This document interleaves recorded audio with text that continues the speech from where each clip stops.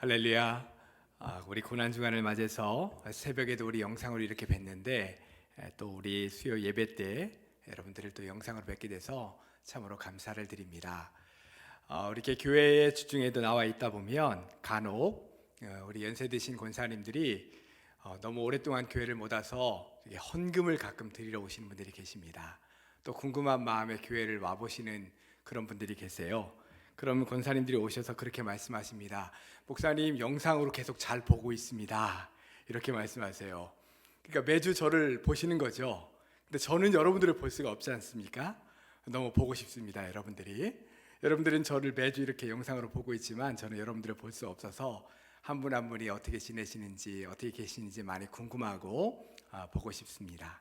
할 수 있다면 빨리 저희들이 함께 만나서 예배드리고 하나님의 은혜를 나눌 수 있는 귀한 은혜가 우리에게 있기를 바랍니다. 코로나가 시작된 이후로 모든 사람들의 관심이 코로나에 많이 쏠려 있습니다. 뉴스도 코로나에 관한 내용들이고, 이제는 코로나가 건강에 미치는 어떤 좋지 않은 영향들 뿐만 아니라 경제에 미치는 영향들을 걱정하는 그런 단계에 이르렀습니다. 사람들의 대화도 관심도 온통 코로나에 쏠려 있는 것 같습니다. 우리 목회자들도 코로나가 앞으로 우리 기독교 신앙에 어떤 영향을 미칠까에 관해서 많이들 이야기하고 있습니다.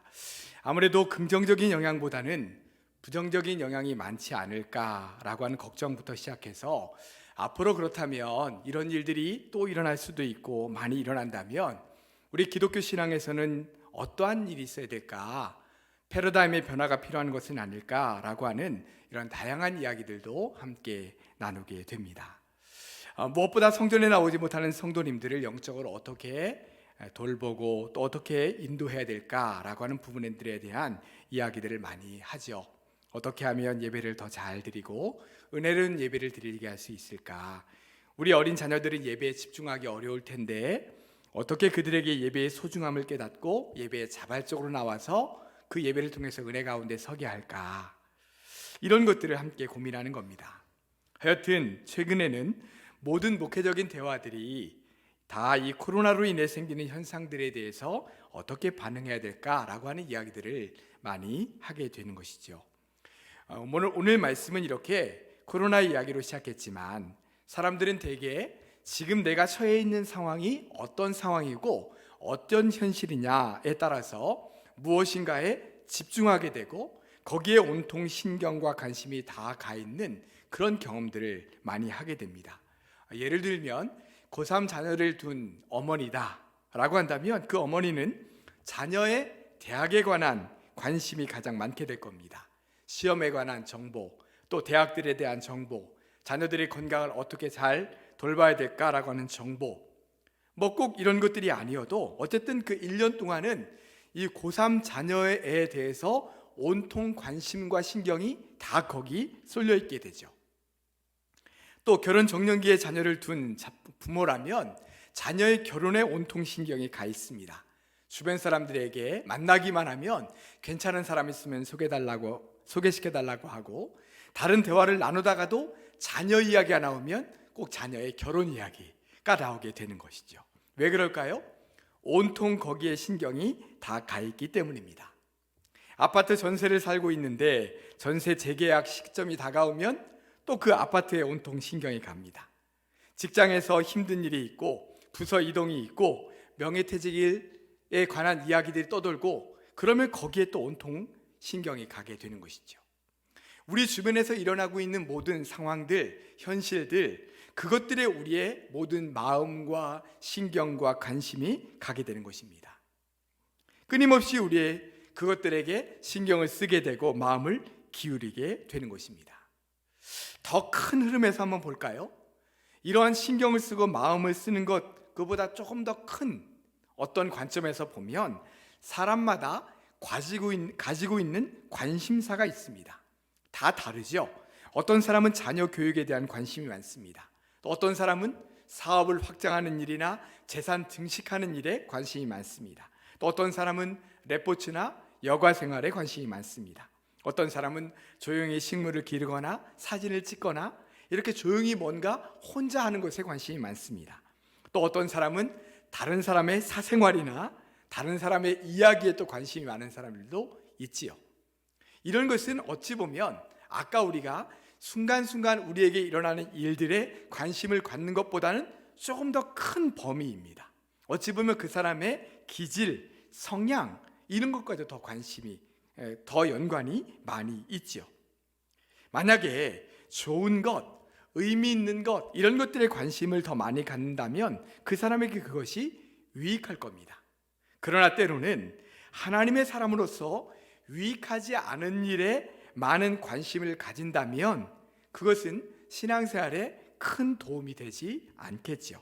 만약에 좋지 않고 유익하지 않다는 것을 알면서도 거기에 깊이 빠져서 헤어나오지 못한다. 또 그것에 마음이 사로잡혀 있다. 붙들려 있다. 그렇다고 한다면 우리의 삶에 있어서나 신앙생활에 있어서 큰 악영향을 미치게 될 겁니다. 아주 쉽게 얘기할 수 있는 것이 우리 아이들을 보면 요즘 핸드폰에 깊이 빠져 있죠. 그것에 온통 마음을 빼앗기고 거기에 사로잡혀 있습니다. 거기에 붙들려 있는 거죠. 부모님들의 한결같은 걱정이 있다면 이 아이들에게 그것이 부정적인 좋지 않은 악영향을 계속해서 끼치면 어떡하나 라고 하는 그런 마음을 갖게 되는 겁니다. 이렇게 마음을 빼앗기고 거기에 관심을 빼앗기게 되는 것이죠. 자, 그러면 우리는 우리의 마음과 중심을 어디로 향하고 있는지 한번 살펴보아야 합니다. 지금 나의 마음은 지금 무엇인가를 향하고 있는가? 우리가 만약에 무엇인가에 사로잡혀 있다라고 한다면 우리가 과연 무엇에 사로잡혀 있는가? 무엇에 붙들린 자가 되어 있는가? 라고 하는 부분을 살펴보면서 오늘 이 시간에는 우리가 어떤 것에 붙들려 살아가야 되는가? 하나님의 사람들, 그리스도인들은 무엇에 붙들림 받은 사람이 되어야 되는가? 라고 하는 부분에 대해서 함께 말씀을 나누도록 하겠습니다. 오늘 본문 말씀에는 귀신에 사로잡힌 사람의 이야기가 나옵니다. 오늘 본문 말씀의 내용은 이렇죠. 예수님께서 배를 타고 바다 건너편 거라사 지방으로 가셨습니다. 예수님께서 배에서 내리실 때쯤 더러운 귀신 들린 사람을 만나시게 되죠. 그런데 그 사람이 지금 어디에 살고 있습니까? 3절 말씀에 보시면 그가 무덤 사이에 거처하고 있다 이렇게 말씀하고 있습니다. 여러분, 무덤 사이에서 산다는 말이 무엇을 뜻합니까? 그 사람이 지금 정상적인 삶이 아니라 완전히 무너진 삶, 망가진 인생을 살아가고 있다라고 하는 것을 보여주는 것이죠. 전에 제가 잠깐 한번 꽤 오래전이었던 것 같은데요, TV에서 잠깐 보니까 한 60대 되신 아주머니 한 분이 혼자 집에 사시는데 작지 않은 집이었어요. 방이 한 두세 개 있고 거실도 좀 있고 이렇게 있는 그런 집이었는데 그 집안 온통 쓰레기로 쌓여 있는 것을 보았습니다. 방에도 다 쓰레기로 쌓여 있고요. 하여튼 공간이 다 쌓여 있고 그 집을 들어가기가 어려울 정도로, 들어가려면 그 쓰레기 더미를 이렇게 위로 올라가서 마치 산을 타듯 이렇게 기어 올라가가지고 그 쓰레기들을 넘어서 다녀야 되는 그런 집을 보았습니다. 보니까 몇 년 동안 그 동네를 돌아다니면서 가진 쓰레기들을 모아다가 안방부터 해서 채우기 시작한 것이 이제는 집안 전체를 쓰레기로 가득 메우고 살아가고 있더라고요. 집에 통로도 없고요. 쓰레기 위로 막 다녀야 돼요. 취재진이 어렵게 대화를 이제 해보았습니다. 처음에는 대화를 거부하고 이야기도 안 하려고 하고 그걸 억지로 이렇게 달래가면서 대화를 하게 되었습니다.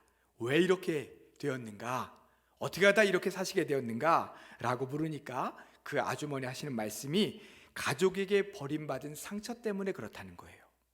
그래서 언제부턴가 쓰레기를 모으기 시작했는데 이제는 온 집안에 쓰레기로 가득 차버리고 말았다라고 하는 겁니다. 그 마음에는 버림받은 슬픔과 괴로움, 증오, 자포자기하는 마음 이런 것들로 가득 차 있는 것이죠. 그런 것들을 가득 차 있는 모습이 바로 지금 이렇게 집안에 온통 쓰레기로 쌓여 있는 모습으로 지금 되어 있는 것입니다. 오늘 말씀에 나오는 귀신 들린 사람, 이 사람은 악한 영에 사로잡힌 사람이죠.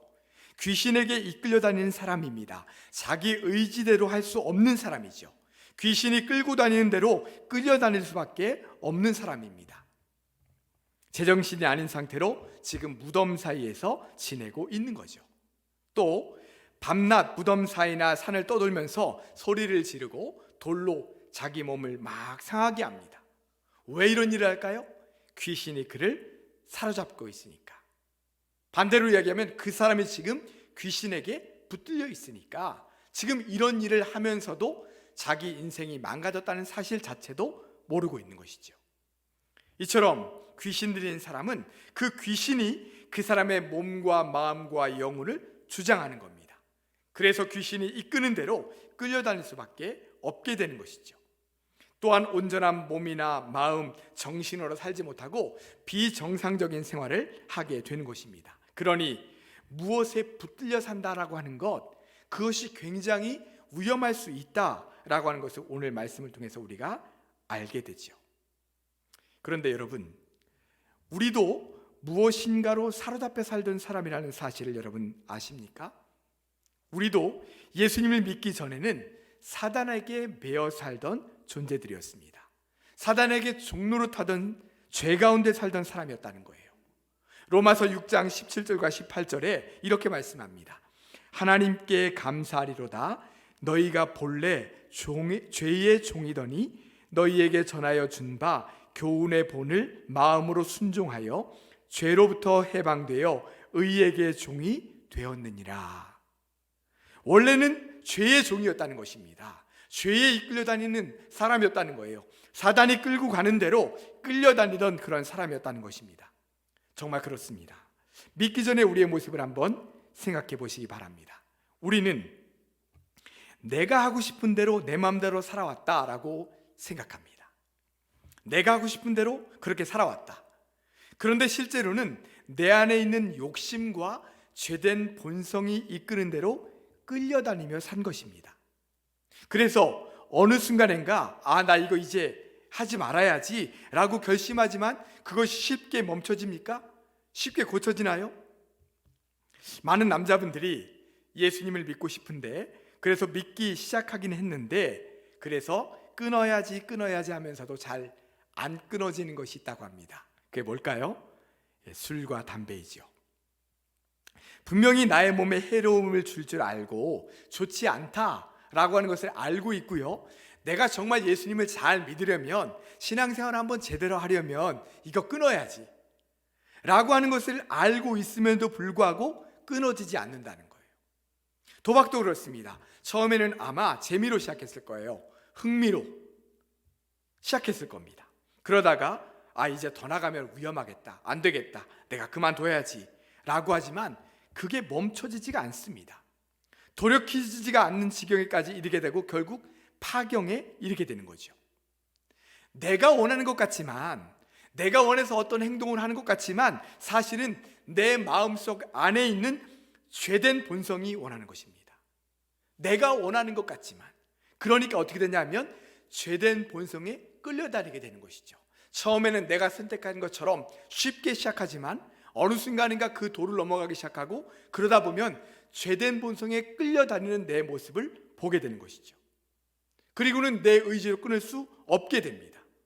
이것이 바로, 이런 현상들이 바로 죄의 종로로 타는 현상들이라고 할 수 있는 것이죠. 더 안타까운 것은 우리 믿음의 사람들의 삶에도 이런 것들이 남아있다는 것입니다. 우리에게 가장 큰 신앙의 고민 중에 하나는 내가 분명히 예수님을 믿고 새롭게 거듭났는데 그런데도 저 깊은 곳에서 솟구치는 죄된 본성이 원하는 대로 끌려다닐 때가 있다는 것입니다.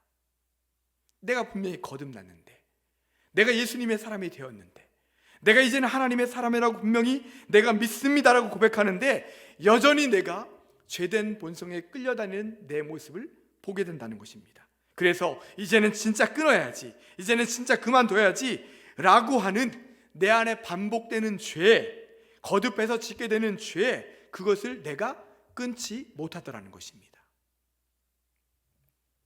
믿기 시작한 지 얼마 안 되었을 때는 내가 지금 하고 있는 말, 행동, 생각, 이것이 죄라는 것을 미처 모릅니다.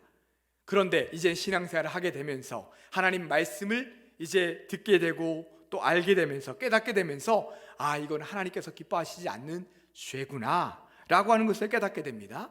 그래서 그것을 끊어보려고 무던히 애쓰고 노력해 보지만 좀처럼 그것을 우리 자신에게서 끊어내지를 못하는 것입니다. 예를 들어보면 성경은 우리에게 다른 사람을 비판하지 말라라고 말씀하셨습니다. 설교를 듣거나 말씀을 읽다가 이 말씀을 대하면 내가 누군가를 비판하고 판단하는 것, 정죄하는 것, 그리고 끄떡없이 그렇게 하는 것, 그것이 좋지 않은 것이구나. 이제부터는 내가 절대로 다른 사람을 비판하지 않으리라 다짐하고 결단합니다. 그런데 조금 지나고 나면 어느 순간인가 보면 언제 결단했나 싶게 또 다른 사람을 비판하고 있습니다. 내 마음으로 정죄하고 있고. 더 위험한 것은 이것이 습관적이고 반복적이라는 것입니다. 내 입술에서 늘 누군가를 이야기하고 있고 비판하고 있고 정죄하고 있는 것이죠. 부정적인 이야기를 늘 내 입에서 하고 있는 것입니다. 또 이런 경우도 있습니다.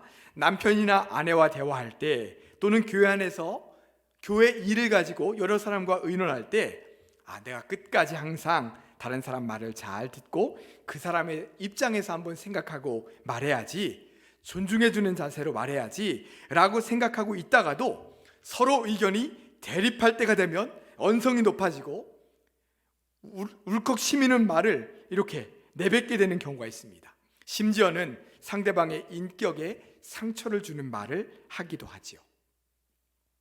사실 이런 모습들을 들여다보면 그 마음속 깊은 곳에는 자신을 높게 여기는 마음, 이렇게 높게 여기는 마음, 또 남을 정죄하는 마음이 들어있습니다. 그러므로 우리가 정말 조심해야 될 것이 있죠.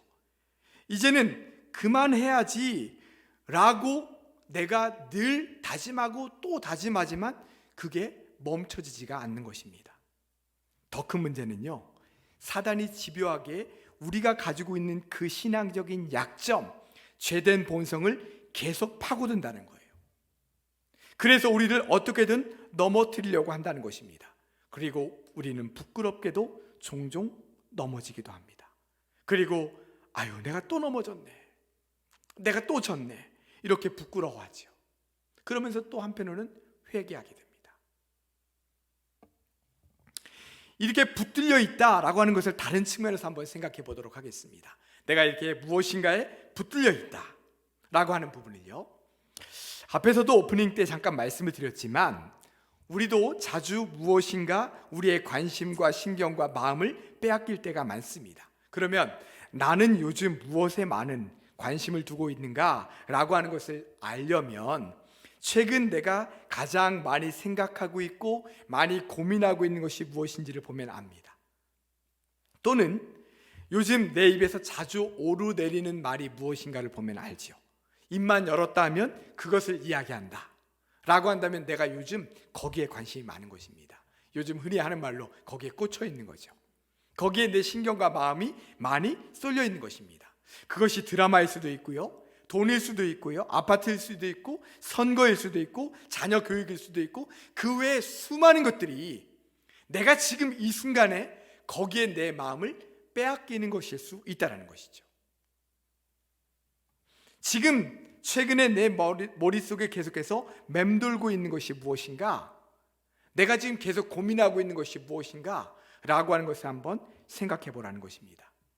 그런데 만약 최근에 이렇게 내 마음속과 내 머릿속을 가득 채우고 있는 것이 영적으로 유익하지 않는 것이라면, 또는 그것이 나를 하나님께로부터 점점 멀어지게 하는 것이라면 우리는 그것을 끊어야 합니다. 그것을 멀리해야 되죠. 그러나 우리의 죄된 본성은 계속해서 우리의 마음을 충동질합니다. 거기에 우리의 시선이 계속 가게 하고요, 우리의 마음이 가게 하고, 우리가 계속해서 그것을 말하게 하고 그것을 생각나게 합니다. 우리의 마음이 거기에 붙들림 되게 하는 거죠. 우리의 마음이 거기에 빼앗기게 하는 것입니다. 그때 우리가 해야 될 것은 거기에 붙들려서는 안 됩니다.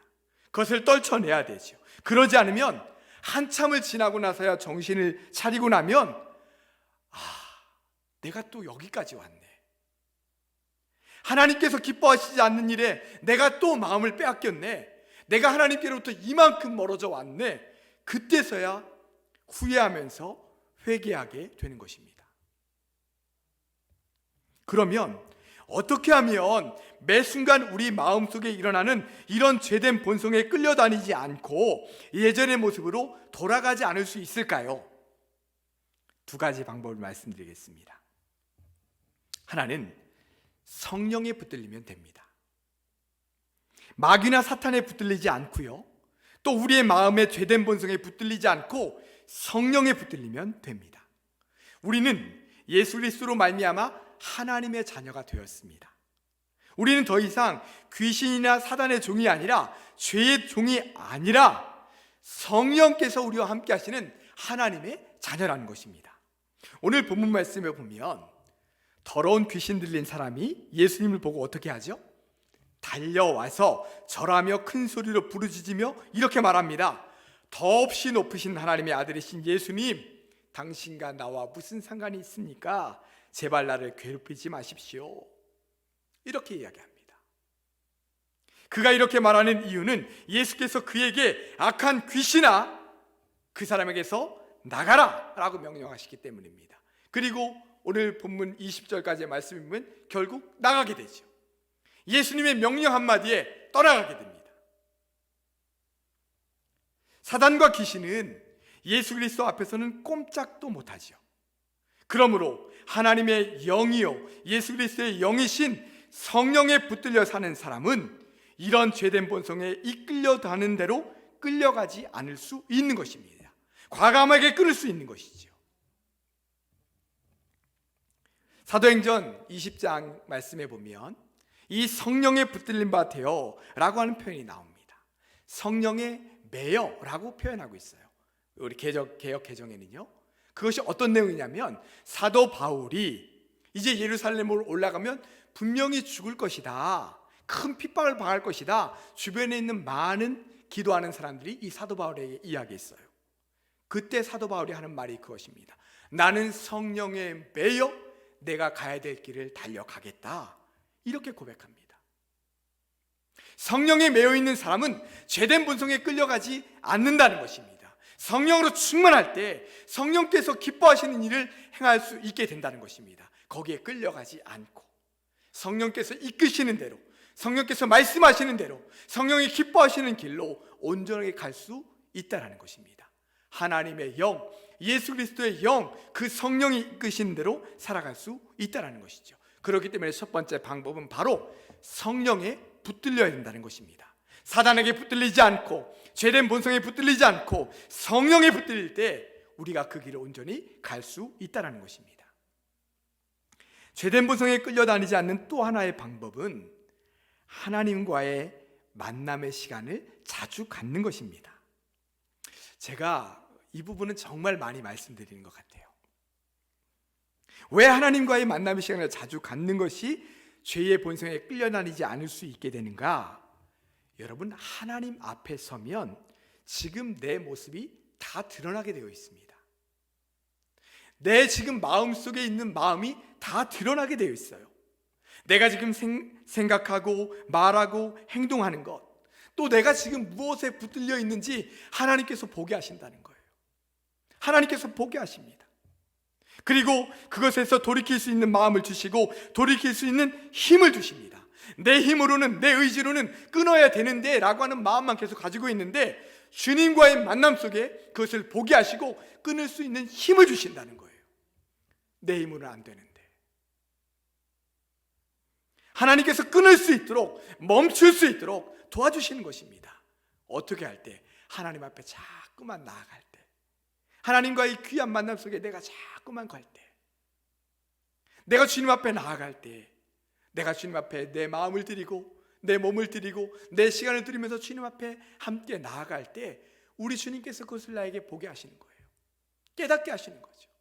내가 지금 뭐에 붙들려 있다, 내가 했던 그 행동, 그거 내가 기뻐하는 일 아니다, 너 지금 그에게 끌려가고 있는 것이다, 다 말씀해 주신다는 거예요. 보게 하신다는 것입니다. 사랑하는 성도 여러분, 여러분은 요즘 무엇에 빠져 있습니까? 무엇에 붙들려 있으십니까? 그것이 하나님께서 기뻐하시는 일입니까? 아니면 하나님께로부터 점점 멀어지는 일입니까? 끊어야 하는데, 멈춰야 하는데 멈춰지지 않으십니까? 성령의 충만함을 받고 성령님께 붙들리시기를 바랍니다. 또한 하나님과의 만남의 시간을 자주 가지시기 바랍니다. 그러면 내 의지로 끊을 수 없는 것을 끊게 하시며 성령께서 기뻐하시는 일을 온전히 내가 행하는 온전한 믿음의 사람이 될 줄로 믿습니다. 주님께서 기뻐하시는 일, 그 일을 막 하고 싶어하는 우리 안의 열정, 그런 마음들이 끊임없이 솟아나는 그런 삶이 될 줄로 믿습니다. 사단, 죄의 본성이 끌려다니는 대로, 끌고 다니는 대로 끌려가는 그런 인생이 아니라 성령께서 이끌어 가시는 대로, 성령께서 기뻐하시는 일에 열정을 다하여 섬겨 나갈 수 있는, 그렇게 살아갈 수 있는 사랑하는 우리 모든 성도들 되시기를 주님의 이름으로 축복합니다. 기도하겠습니다. 하나님, 우리가 이 땅을 살아가는 동안 참 많은 것에 우리의 마음을 빼앗기고 우리의 관심과 신경을 빼앗길 때가 참 많이 있습니다. 그것이 하나님께서 기뻐하시는 일이라면 얼마나 좋겠습니까? 그러나 우리의 마음속에 여전히 죄된 본성이 살아있기에 하나님 기뻐하시는 일에 끌려다니기보다는 죄된 본성이 우리를 끌고 가는 대로 끌려다니게 될 때가 있음을 주님 앞에 고백합니다. 주님, 용서하여 주시옵소서. 주님, 우리가 이제부터는 성령님께 붙들린 바 되어 주님과의 깊이 있는 만남 속에 그 모든 것들을 보게 하시고 끊을 수 있도록 도와주시고, 주님 기뻐하시고 성령께서 기뻐하시는 길을 온전히 걸어가는 믿음의 사람들 될 수 있도록 역사하여 주시옵소서. 내 힘으로는 되지 않고 내 의지로는 되지 않습니다. 주님, 성령께 붙들린 바 될 때에, 주님과의 깊이 있는 관계 속에 보게 하실 때에 우리가 그 모든 것을 끊고 주님 기뻐하시는 길로 가게 될 줄로 믿습니다. 끊어 주시옵소서. 해결하여 주시옵소서. 주님 기뻐하시는 길로 나아갈 수 있도록 역사하여 주시옵소서. 주님, 고난주간을 지나고 있습니다. 예수 그리스도를 많이 묵상하려고 노력하고 있습니다.